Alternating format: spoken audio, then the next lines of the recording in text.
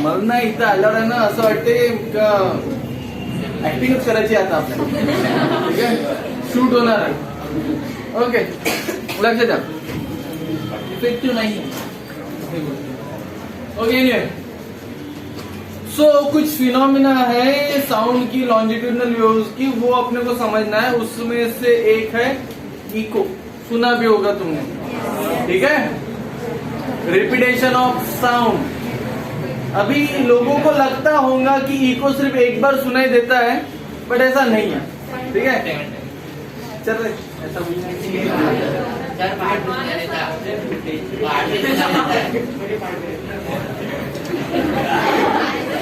I am going to explain. Nagpur से सबसे नजदीक की जगह अगर है कोई जहाँ पे तुमको अच्छे से इको सुनना है, नेचुरल,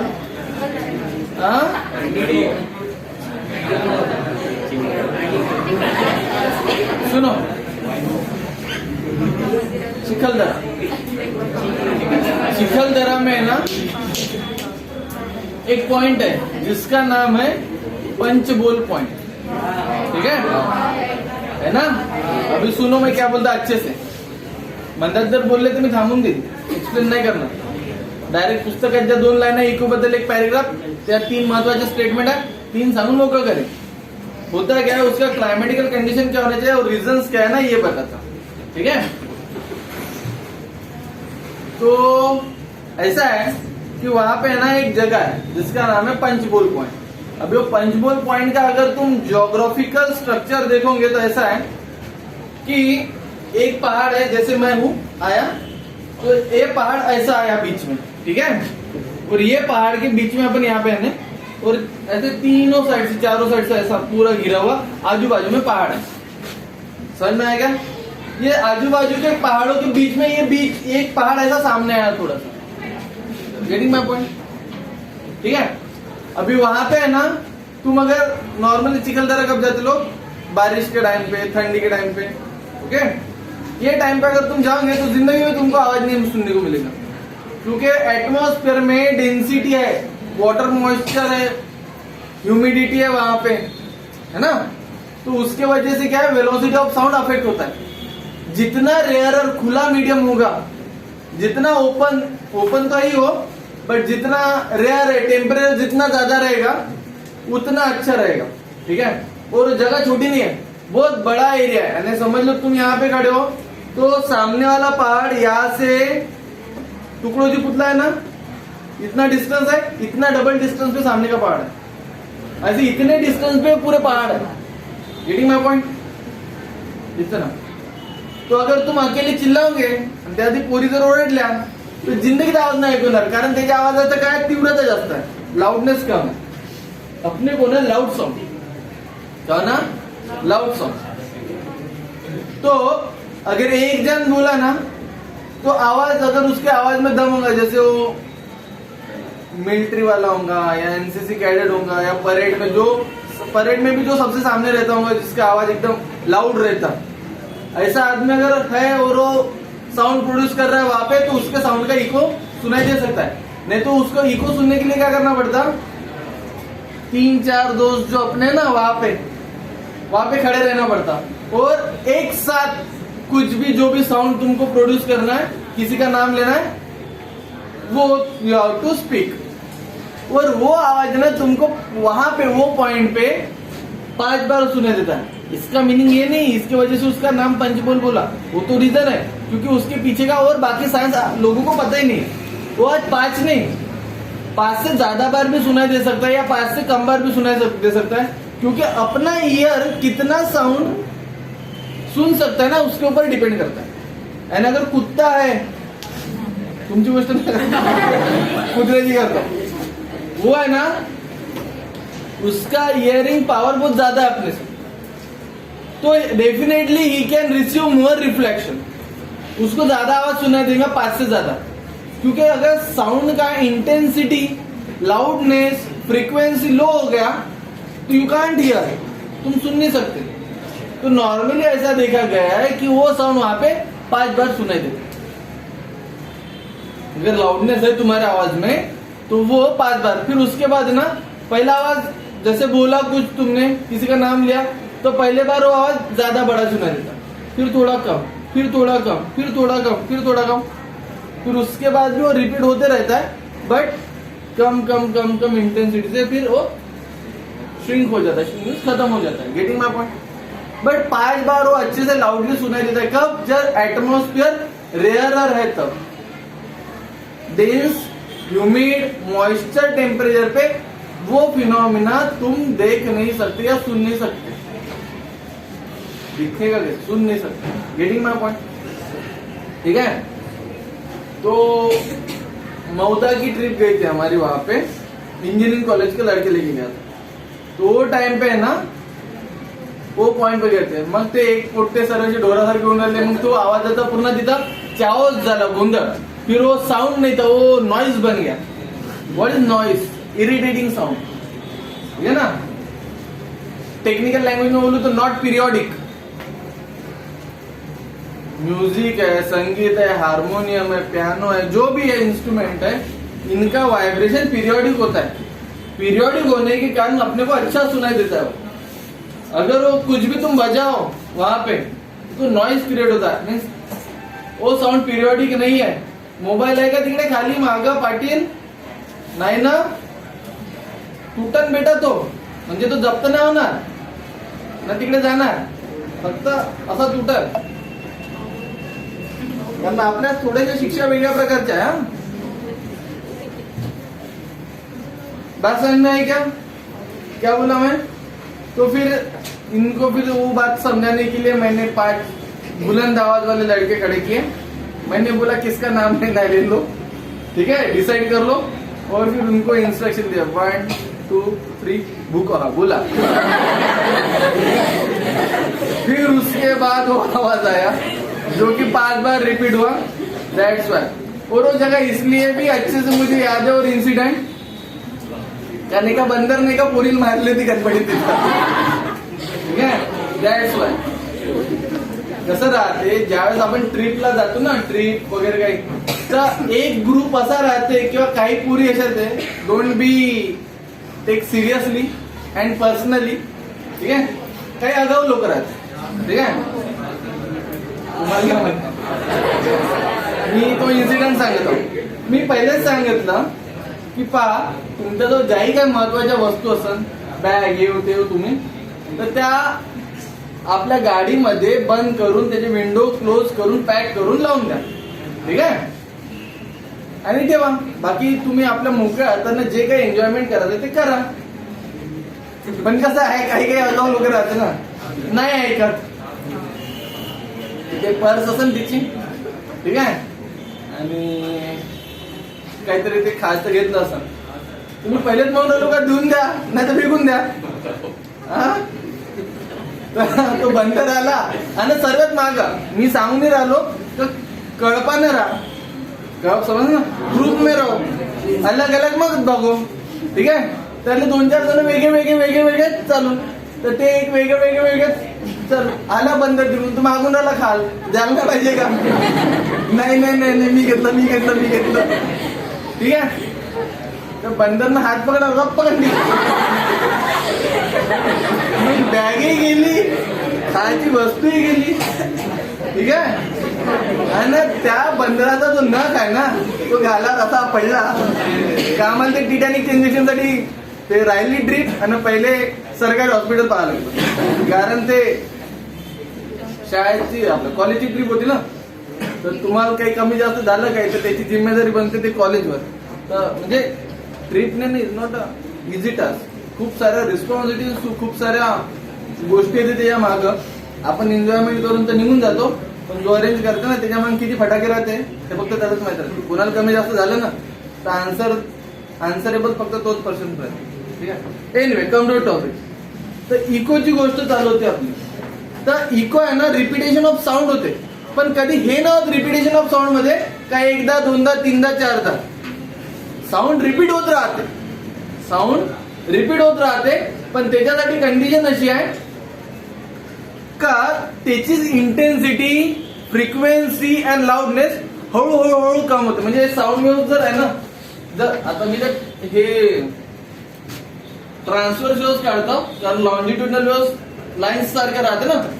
तर पहिले जर इंटेन्सिटी अशी असेल, म्हणजे हे जर असेल, ठीक आहे, एवढ्या अँप्लिट्यूडची, आणि जर तो इथे रिपीट होत आहे, याच्यावर रिपीट होत आहे, तर रिपीट झाल्यानंतर त्याची जे अँप्लिट्यूड आहे ना,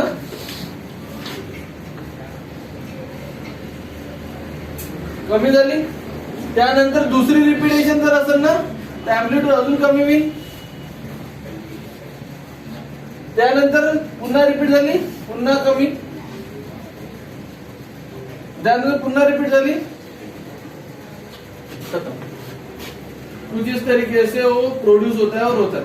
और आवाज तुमको तभी सुना देगा, यानी intensity is directly proportional to the square of amplitude. जितना बड़ा एम्पलीट्यूड रहेगा उतनी ज्यादा साउंड की इंटेंसिटी रहेगी. सामने आए वो चीजें थ्योरी में, अगर तुम पढ़ोगे तो समझ बात समझ में आएगा. तो इको के लिए, echo is nothing but the repetition of sound.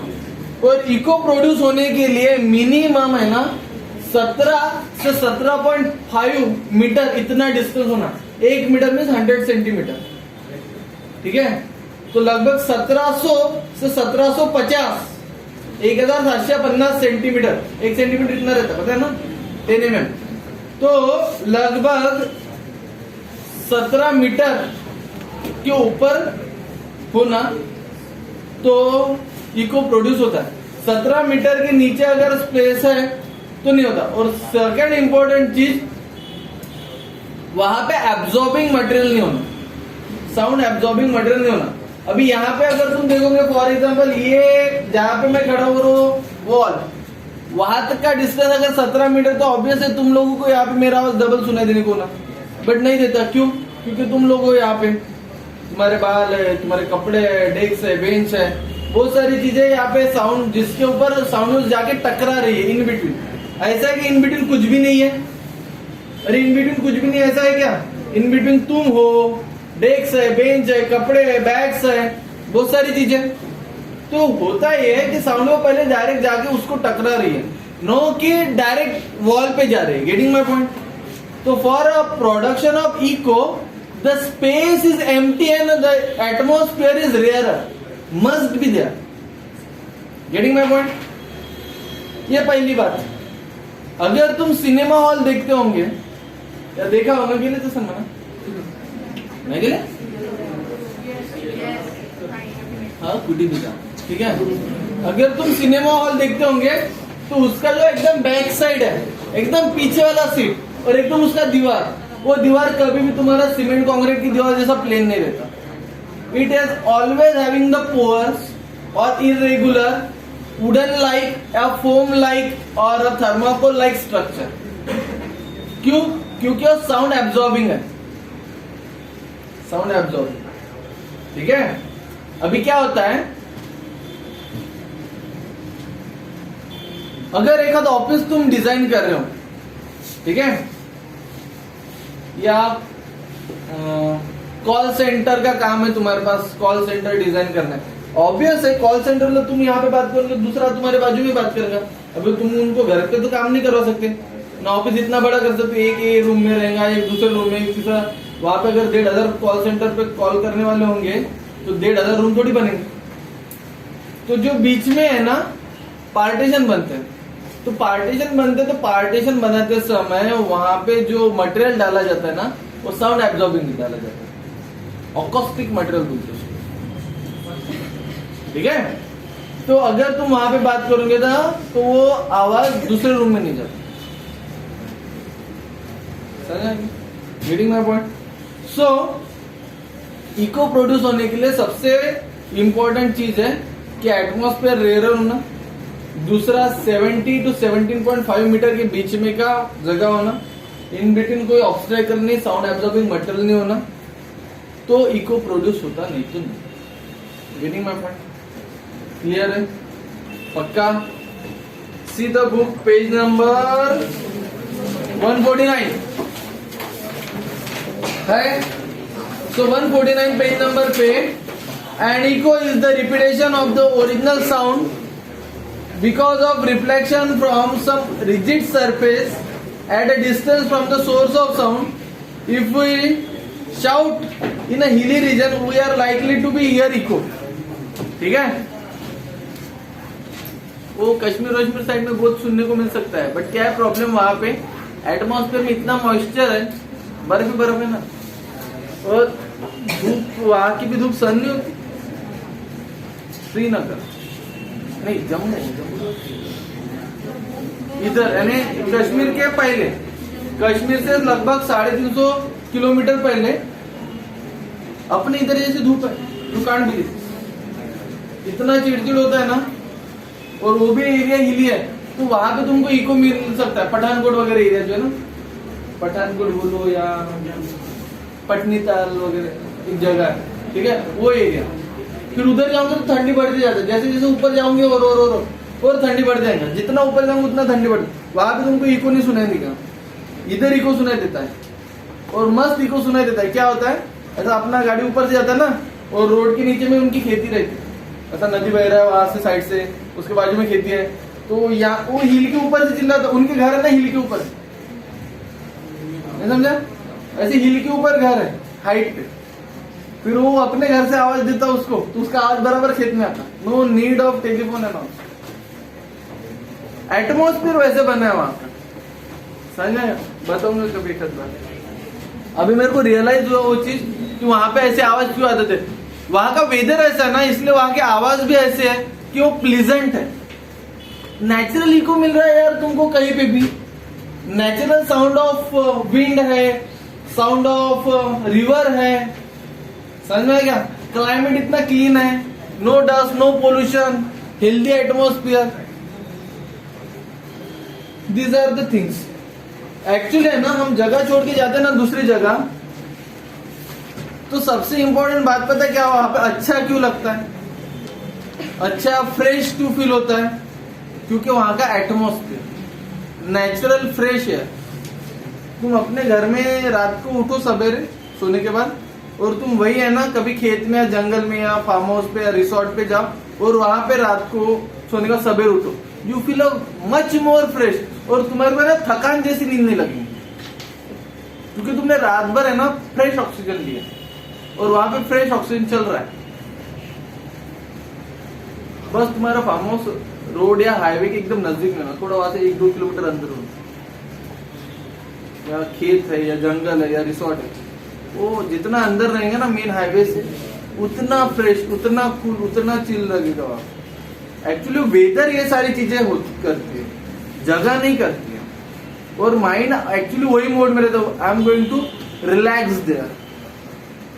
घर में जाके रात्री झोपताना असं नाही म्हणत आता I am going to relax, झोपताना हे टेन्शन पे यार उद्या सकाळी 7 क्लास आहे, लवकर लवकर झोपा बरं, 6 वाजता उठा लागेल, है ना, ये माइंड में नहीं रहता। Getting my point, that is the freshness and healthy. Okay, anyway, so वो पैराग्राफ है पहला, फिर वहां पे एग्जाम्पल दिया है इको प्रोड्यूस होने के लिए। वहां की लास्ट लाइन देखो, to be able to hear the distant echo, the reflection surface should be at minimum distance of half of the above distance, that is a 17.2 metre. बोला मैंने 70 to 17.5, 1700 या 1750 centimetre के आसपास होना चाहिए। Getting my point? अरे समझ लगा रे। उसके बाद है रिवाइब्रेशन। अभी रिवाइब्रेशन में क्या बोला, with the reflecting surface is near than 15 meter from the source of sound, the echo joins up with the original sound, which then seems to be prolonged. Sound waves get reflected multiple times from the wall of the roof of the closed room, which are nearly than 15 meter. This causes a single sound to be heard, not just once, but continuously. इसका meaning समझा क्या? Rebounce नहीं समजते तुम्ही? Carrom खेळलो का? Carrom मध्ये कसं आपण एकदा मारलं तर रिप वर गेला, जोर से मारतो, रिपीट होते रहता है ना। पावडर टाका ते त्याच्यावर अजून जास्त होते। एक और पावडर आता बोरिंग पावडर, तो जो कॉम्पिटिशन होते ना कॅरम की, मोठ्या लेवलवर होते बरं कॅरमचा गेम, वो नागपुर में कलमना नहीं, कमाल चौक है, 5 पावली का उड़ान खुलने का कमाल, वहां पे इंटर स्कूल कॉम्पिटिशन भी होती है कैरम की। मैं खेला हूं ना इसलिए मेरे को पता है। वहाँ पे इंटर स्कूल होता है, नागपुर का सबसे बड़ा कंपटीशन होता था, अभी होता है क्या पता नहीं, आई डोंट नो, बट वहाँ पे होता है। और वो जो ओरिजिनल कैरम जो होते हैं ना कंपटीशन के तुम्हारे, उसकी जो रीफ होती है ना, रीफ वो शीशम की बनती है। शीशम is the one of the costly would, शीशम का होता है वो, ठीक है। और वो शीशम के रीफ की वजह से क्या होता है, जब उसके ऊपर होता है ना, उसका रिबाउंड अच्छा आता है। बाकी तुम्हारे नॉर्मल लोकल जो कैरम्स है ना, वो उससे, और उसका जो प्लाई है ना, वो भी थोड़ा अलग ही आता है। और ये जो बाकी कचरे पोट्टे गए थे ना छपने, तो उसके ऊपर है ना वो डिस्को पाउडर डालते, उसमें वो स्ट्राइकर डाल दिया ऐसा, तो वो हिलते ही रहता पगले जैसा, ठीक है। That is not played in actual game. और एक और वुड है जिसका नाम है कश्मीरी विलो। दो वुड है ऐसे, जो क्रिकेट की बैट होती है ना अपनी, क्रिकेट की बैट या बेसबॉल की बैट या हॉकी स्टिक्स जो होती है ओरिजिनल, जो इंटरनेशनल गेम में प्ले करते, तो वो भी वुड है ना, वो रहता है। यानी इंडिया का अगर होगा तो इंडियन यानी यूज नहीं करते नॉर्मली, बट ये रणजी प्लेयर्स जो है या दिलीप ट्रॉफी खेलने वाले या आईपीएल में अभी जो नए लड़के ज्वाइन होते हैं ना, जिनका फाइनेंशियल जितना स्टेबल है, जो बहुत गरीबी से उठ के आए, तो नॉर्मली इनका रिचनेस, स्पेशली बांग्लादेश टीम वगैरह ना, ये लोग है ना कश्मीरी विलो की बैट यूज करते हैं। कश्मीरी विलो झाड़ है एक, उसका लकड़ा रहता है, उसका यूज होता है ये सारे। तो जो कैरम है ना, उसमें भी कश्मीरी विलो की ही यूज होती है। बात समझ में आ रहा है क्या? तो ये सारी चीजें तो वो अफेक्ट करती है इसके ऊपर, उसमें। और हाँ, एक है ना इंग्लिश विलो करके भी आता, इंग्लिश विलो जो इंटरनेशनल प्लेयर है, जैसे MS धोनी हो गया, विराट कोहली, सचिन तेंदुलकर, ये जो है ना, इनकी जो बैट्स रहती है जो बहुत महंगी रहती है। नॉर्मली ये बैट 4,500 5,000 से स्टार्ट होती है, उनकी बैट 30-40 हजार तक रहती है। वो बनता है इंग्लिश विलो से, जो कि आता है इंग्लैंड से, इंग्लैंड एंड इंग्लैंड के आजू बाजू से कंट्री, ठीक है। तो जो इंटरनेशनल बोर्ड्स होते हैं ना कैरम के, जो इंटरनेशनल मैचेस होती है, वो भी वही इस मटेरियल यूज होता है। और उनके जो प्लाई की शीट्स है ना, यानी जो कैरम का जो शीट्स होता है वो भी, तो है ये सारी। तो रिबाउंड समझा क्या क्या बोलता मैं? तो वैसे साउंड रिबाउंड होता तुम्हारा, अगर वो 17 मीटर से कम है तो, समझ में? बट वही सेम इंटेंसिटी, डिस्टेंस कम है ना, दैट इज द थिंग। देखो उसने लिखा भी है, second paragraph, second third fourth line देखो उसका, sound waves get reflected multiple time from the wall and the roof of the close room which are nearer than 15 metre, 15 metre से कम। This causes a single sound to be heard not just once but continuously. This is called the revibration. It is this the persistence of sound after the source has switched off, as a result of repeated reflection from the wall, ceiling and other surface. Revibration characteristics are important in the design of the concert hall और theatre, concert hall, sorry. एक example बताता हूं तुमको मैं, इतने दूर hall जाने की जरूरत भी नहीं। अगर तुम्हारा घर है बड़ा सा, ठीक है, और अभी दिवाली या कोई ओकेजन है और वहां पे पेंटिंग वेंटिंग चल रही है, ठीक है, तो रूम का पूरा सामान निकलना चाहिए, ठीक है। रूम का पूरा सोफा वोफा टीवी सब निकाल लो वहां पे, रूम कुछ नहीं, सिर्फ वॉल रहेंगी, सीलिंग फैन विलिंग में सब निकल जाएंगे पेंटिंग के टाइम पे। और वो टाइम पे तुम नॉर्मल भी बात करोगे ना, तो ऐसा लगता बहुत आवाज बढ़ रहा है। Getting my point? या तुम्हारे घर में शादी है, या तुम किसी की शादी में गए हो, अपने घर का कार्यक्रम है, और वो शादी है ना सवेरे की है, और तुम शाम को ही हॉल में चले गए। अभी हॉल में कोई है नहीं, वो चेयर भी नहीं लगी रहती, वो चेयर एक जगह पे ऐसा गट्ठा जमा के रखा रहता, सिर्फ हॉल ओपन रहता, ना कर्टन ना मैटिन ना कुछ भी नहीं, खाली हॉल है। तो तुम वहां पे 2-4 लोग बात करो, तो तुम धीरे धीरे बात करो, तो पूरा आवाज घूमता। इवन तो आचार्य त्याच्या रूम मध्ये जर काही काम करतो ना, तो आवाज येतो। समझ में आया क्या? ये 17 मीटर का खेल है, revibration and all. Getting my point? See, science physics is all about, all around us, तुम सब्जेक्ट को कितना हैप्पीली लेते हो, तुमको सब्जेक्ट कौन एक्सप्लेन कर रहा है, कितना इंटरेस्ट क्रिएट कर रहा है, और वो सारे एग्जाम्पल तुम्हारे डे टू डे लाइफ के साथ इन्वॉल्व हो रहे क्या, तुम ऑब्जर्व करते क्या, ये चीजें मैटर करते, तो science get more easier and convenient. Getting my point? अब ये सारे जो एग्जाम्पल बताए उन्होंने रीवाइब्रेशन के और इको के, ये सारे अपने साउंड से एंड होम एक्टिविटी से ही रिलेटेड है। हाँ सर,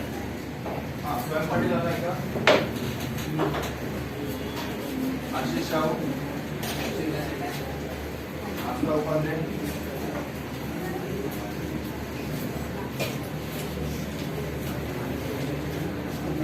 वैष्णवी शर्मा, सारांश शर्मा। जो लोग सिद्धेश्वर गिरी को ऑलरेडी मिल चुके हैं उनको ध्यान दो, यहाँ पे स्लिप जो है 2550 की है, लेकिन उन लोगों ने 3500 हमसे लिए। आप जाके पूछ सकते हो वहाँ पर। मैंने बोला कि मुझे 3500 की स्लिप चाहिए, तुमने कहना है कि सर ये गवर्नमेंट को देना पड़ता है, ऊपर के जो है हम लोग मेंटेनेंस लैब और ये बाकी चीजों के लेते हैं, बोले इसमें मेंशन नहीं कर सकते, बोले वो गवर्नमेंट का नहीं होने का। तो आपको जितना भी फीस हुई है मुझे उतना ही वो उनका ये है, आप जाके आपको पर्सनली पूछ भी सकते हो अगर आपको लगता है तो। क्योंकि मैंने तो बोला था कि ये लोग बच्चे बिल्कुल लगेगा कि हम लोग पैसे कार्य करके, ऐसा कुछ भी नहीं है। आपके एक पैसे का मुझे एक्स्ट्रा नहीं चाहिए, जो भी है उसको लिखा हुआ है। इसलिए पेरेंट्स को बता दीजिएगा कि उन स्कूल वालों ने उनसे एक्स्ट्रा पैसे लिए हैं लैब के, प्रैक्टिकल के, आपको एग्जाम न देने के बाद भी आपको एग्जाम के मार्क्स देने के, आपको कोई जरूरत नहीं वहाँ पे एग्जाम देके करने की, फिर भी आपको उससे ज्यादा मार्क्स, वहाँ पे जितने बच्चे पढ़ते उनसे ज्यादा ही मार्क्स आपको रहेंगे, एक बात ध्यान रखना। दूसरी बात, आप लोग वहाँ के टॉपर रहोगे। तीसरी बात, आपको लैब का जो एक्स्ट्रा देना पड़ता है वहाँ पे, वो देने की जरूरत नहीं है, असाइनमेंट देने की जरूरत नहीं है, तो सिर्फ मैं जो बताऊंगा उतना लेके तैयार रखिएगा। यही के आंसर शीट जो रहेगी यहाँ पे बनेगी, वही असाइनमेंट के फॉर्म में वहाँ पे जाएगी। तो जो टाइप में है उनको ऑल्टरमोट वैसे मिलने वाले, सवाल नहीं उठता। ओके, और उसकी उन्होंने लिया, आप जाके पर्सनली पूछ सकते हो अगर आपको लगा। Okay, clear?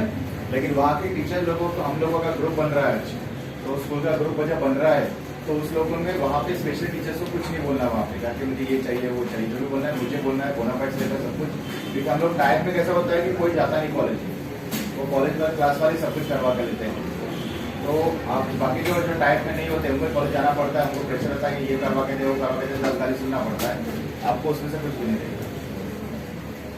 ठीक है, चाहिए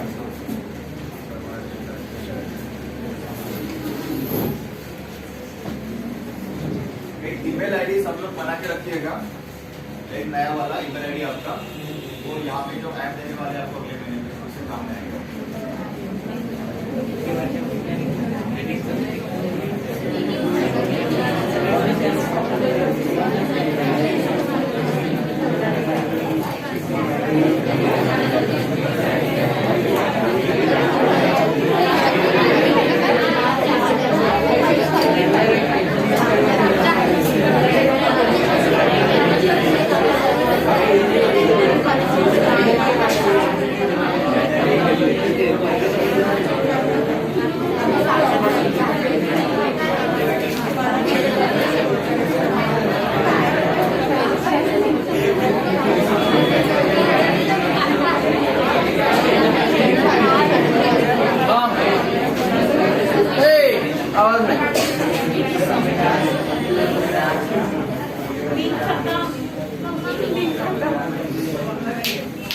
ध्यान दो, रिवाइब्रेशन समझा? उसके बाद है ना अकॉस्टिक है। अभी अकॉस्टिक का है ना मैं ब्रीफ में बताता, तुमको पूरा थ्योरी पढ़ना है, ठीक है? उसमें एक ही लाइन में पढ़ना मैं। Acoustic is a branch of physics deal with the study of sound and sound waves only. Longitudinal waves आ गए उसमें, तो उसमें ऑडिएबल एंड नॉट ऑडिएबल दोनों भी आ गए। तुमको सुनाई देता, वो कुत्ते को भी सुनाई देता, पर कुत्ते को जो सुनाई देता वो तुमको आता क्या? नहीं ना। तो ऑडिएबल नॉट ऑडिएबल दोनों भी, ठीक है? तो ये सारे वेव्स या साउंड के बारे में की स्टडी मीन्स तुम्हारा अकॉस्टिक क्या इसमें आता। तो अगर तुमको एक हॉल का या कोई बड़ा सा कंस्ट्रक्शन करना है या डिजाइन करना है, प्लानिंग होता है उसका, डिजाइन होता है, ठीक है? तो ये सब करते समय तुमको ये सारी चीजों के बारे में ध्यान रखना पड़ता है कि वहां पे रिवाइब्रेशन, रिपीटेशन ऑफ साउंड, इको, ये सारा कुछ नहीं आना चाहिए। तो उसके लिए कौन से गाइडलाइंस है, क्या करना चाहिए, है ना। ऐसा नहीं तुमने ये पढ़ लिया तो कल से तुम डिजाइन करना चालू कर दी। That is a brief introduction कि ऐसा ऐसा है, so you have to do this things for affecting the sound waves. Getting my point? Okay, तो वहां पे अकॉस्टिक के बारे में लिखा है, वहां पे कुछ पॉइंट है, उसके ऊपर एक लाइन है पैराग्राफ के बाद, just for a proper acoustic in an auditorium the following condition must be satisfied। Suresh Bhatt में जाओ या सिविल लाइन में जो है ईश्वर देशमुख, नहीं सिविल लाइन का कौन सा है, देशपांडे हॉल, बराबर ना, वहां पे जाओ। ये जो ऑडिटोरियम है ना, इनका डिजाइन देखो कैसा होता है, इनके हॉल्स कैसे, सेटअप्स कैसे, यहाँ तक कि सीट्स कैसे होते हैं, ठीक है। साउंड एब्जॉर्बिंग होता है सब मटेरियल। उनका वॉल कर्टन नॉर्मली देखा गया होगा ना, ये वुडन फ्लोर रहते हैं उनके, जो टाइल्स नहीं रहते क्या हो, अभी तो टाइल्स वगैरह लगाते, अभी टाइल्स के ऊपर मैटिन डालते, ठीक है, अगर हॉल अच्छा है तो। बट पहले है ना वुडन के रहते थे, क्योंकि वुडन है ना एब्जॉर्बिंग मटेरियल। तुम इंस्टीट्यूट ऑफ साइंस में जाओ, तुम LIT में जाओ पुराने कॉलेज, तुम SFS में जाओ जो पुराने कॉलेजेस हैं, ठीक है। तुम मोता साइंस में आओ, मोता साइंस में एक बड़ा सा ऑडिटोरियम है हमारा, जहाँ पे नॉर्मली 300 लोग बैठ सकते, 150 200 से 300 लोग बैठ सकते हैं। तो वहां पे भी जो स्ट्रक्चर है ना ऐसे ऊपर है, ठीक आहे. मुनाबाई एमबीबीएस पाहिलं ना, त्याच्यात कसं तो डीन राहते असं उभा आणि पूर्ण असा क्लास असा एवढा मोठा राहते आणि एवढा स्ट्रक्चर रहते है ना. तो वैसा स्ट्रक्चर रहता है और वहां पे जो फ्लोर है ना वुडन के रहते, पूरा कंस्ट्रक्शन वुडन का रहता. यहाँ तक कि वॉल्स को भी लकड़े की ऐसे पार्टी जल बनते ना अपन, वो लगा रहते. क्यों? क्योंकि पहले ना प्लाई नहीं था, प्लाई नाम की चीज नहीं बनी, तो वुड ही रहता था. तो वुड है ना साउंड एब्जॉर्ब करता, ये नेचुरल है. ठीक है. तो वहां का कंस्ट्रक्शन तुमको ऐसा मिलेगा. Institute of science, Mota science, LIT, SFS, जितने भी पुराने कॉलेज है. And for your kind information, वो मूवी है, तो मूवी में ना इतना बड़ा क्लासरूम दिखाते ना. मेडिकल साइंस कॉलेज में जाओगे ना तो क्लासरूम का स्ट्रेंथ 60 to 80 के बीच में रहता है, उसके ऊपर बच्चे नहीं बैठते. और इंजीनियरिंग कॉलेज का भी ऐसे रहता है. तो क्लासरूम जैसे दिखते हैं. जब प्रोग्राम्स होते हैं तब ऑडिटोरियम में जाते हैं, इवेंट्स होते हैं ना तब ऐसे बैठते हैं. Getting my point? Okay. Anyway, तो रियल लाइफ में ऐसा कोई बड़ा ऐसा क्लासरूम नहीं रहता, उसके पीछे का आर्किटेक्चर ही नहीं बनता वैसे. Auditoriums and hall and seminar and conference hall ही बनते हैं वैसे. ठीक है. तो ये सारी चीजें कल क्वालिटी ऑफ साउंड वाला पोर्शन पढ़ लेंगे. And we are in Doppler effect and we are going to finish the chapter. Theory portion इसका कंप्लीट कर देंगे. ठीक है. बाकी थ्योरी पढ़ो, बाकी कुछ रहा तो पूछो. Is there any problem? Go through the theory.